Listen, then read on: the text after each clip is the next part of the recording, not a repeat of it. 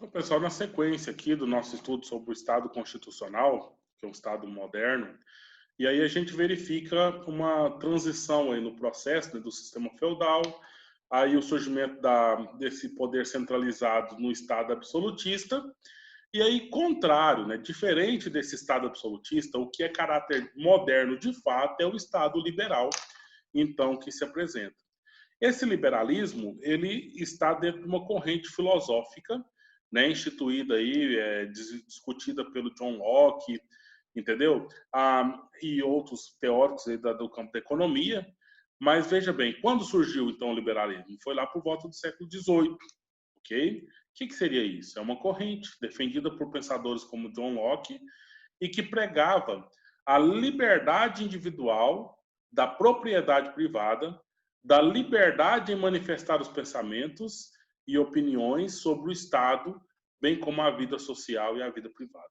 Então, essa liberdade. Questão essa que no absolutismo não é possível, porque quem que era o Estado absolutista? Era o próprio rei. Né? O rei, a pessoa do rei é a pessoa do Estado, a decisão do rei é a decisão do Estado. Agora, no liberalismo já é um pouco diferente. É um pouco, não, é bem diferente, uma vez que se tem garantido aqui a ideia de liberdade e a ideia de manifesto das opiniões, né, até contra o Estado, entendeu?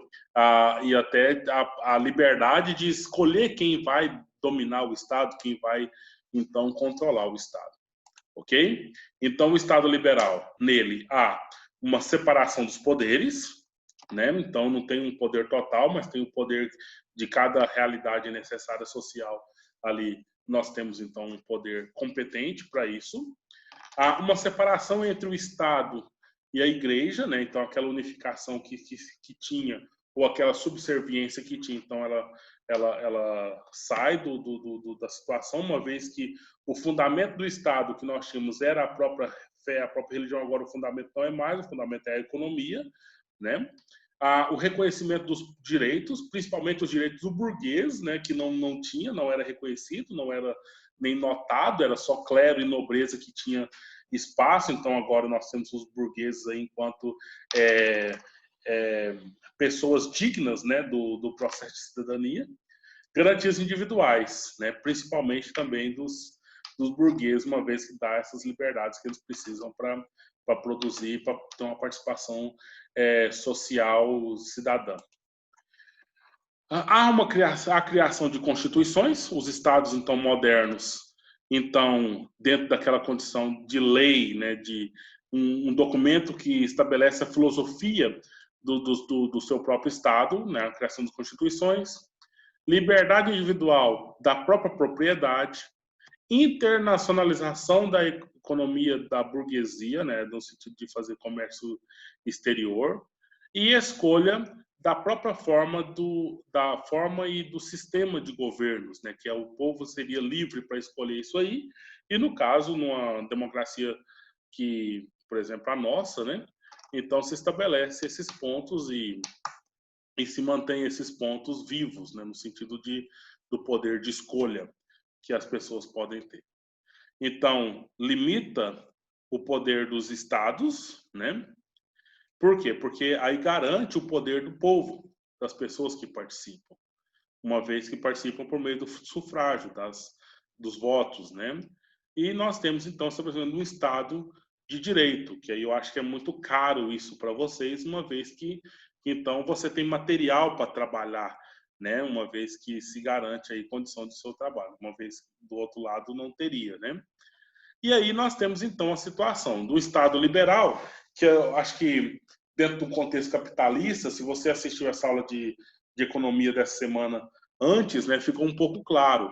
Porque dentro desse Estado liberal, o que é garantido? Garantido, então, condição para aquele que se estabelece no capitalismo, né? No caso, o burguês que produz, então ele aí tem uma ascensão social.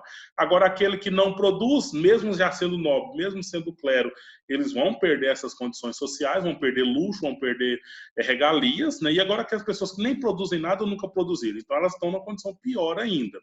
E aí, então, esse Estado liberal que nasce com essa pegada capitalista e faz uma revolução completa aí na própria estrutura social, né, mudando o feudalismo para os governos absolutistas e o governo liberal, pautado aí pela condição econômica, gera situações desgastantes, gera uma situação em que as pessoas sofrem também.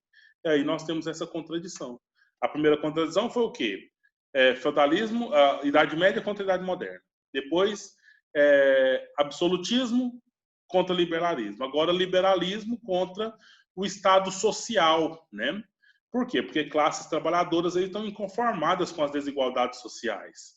Então, subiu a burguesia, mas um monte de gente pobre ainda ficou numa condição bem deplorável ainda de condição de vida. Há lutas sociais por direitos, né? Por que só a burguesia tem direito e os demais? Exigência da inserção dos preceitos igualitários e sociais nas constituições federais. Mesmo que esses sejam preceitos pedidos, né? Reivindicados pela própria burguesia para fazer parte da nobreza, para fazer parte do alto grau de participação social. Entendeu? Mas ainda tem aqueles que ainda não entravam de modo algum nessas condições. E aí, esse Estado social, ele quer defender algo que o Estado liberal não conseguiu defender e que o Estado social quer buscar, entendeu? Então, que seria o quê? Garantias sociais, como educação, saúde, previdência e outros de um Estado social aí vão aparecendo, entendeu? E aí temos uns documentos que provam, como, por exemplo, a Constituição do México, lá em 1917, a República de Weimar, na Alemanha, em 1919. Então, são constituições que, na medida que elas são feitas, colocam-se ali essas garantias desses direitos. A obrigatoriedade de uma educação gratuita, de saúde coletiva, esses elementos, entendeu? Então, são esses elementos aí que são exemplos de um Estado social, entendeu? Ao passo que, se fosse um Estado liberal, seria aquele que, não, essas coisas podem existir, mas desde que a pessoa trabalhe, né? Que a pessoa pague por esses serviços.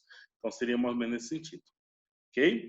Então, esse Estado social, você vê como exemplo também um documento, a Declaração Universal dos Direitos do Homem, né? Que surgiu aí em 1948 e influencia as constituições de diversos países, né? Como é o caso do Brasil também.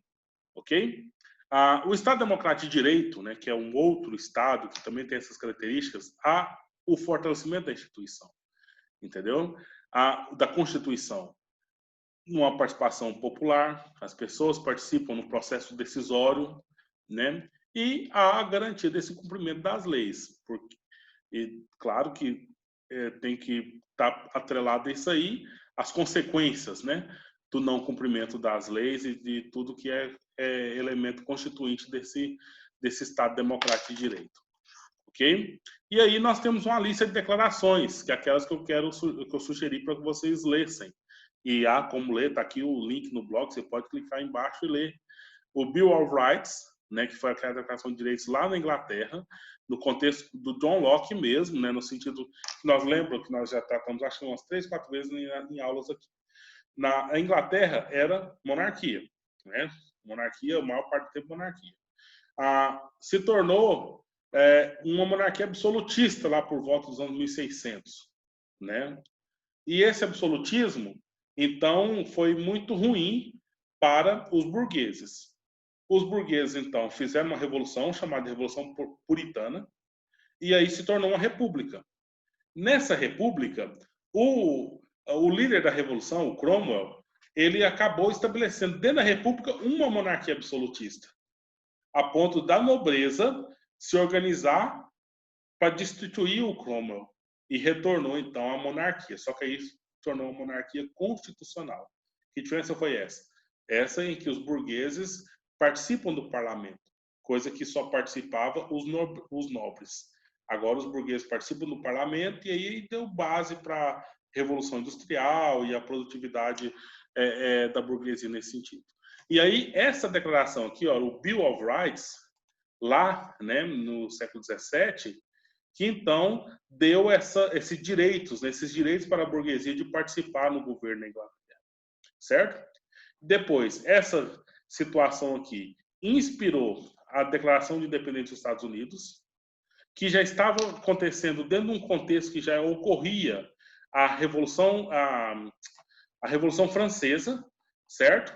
E da Revolução Francesa também saiu uma declaração, que é a Declaração dos Direitos do Homem e do Cidadão, certo? E aí, então, 1689, quase 100 anos depois, 1776, então, independência dos Estados Unidos, 89, olha aqui, 100 anos depois, então, a declaração lá da França, e um pouco depois, uns 60 anos depois, aconteceu, então, já motivado pela ONU, depois daquela questão de Israel, depois da questão do nazismo, a perseguição contra os judeus, então se estabelece a última declaração universal dos direitos humanos, né? Que então, naturalmente, verifica esses pontos aí.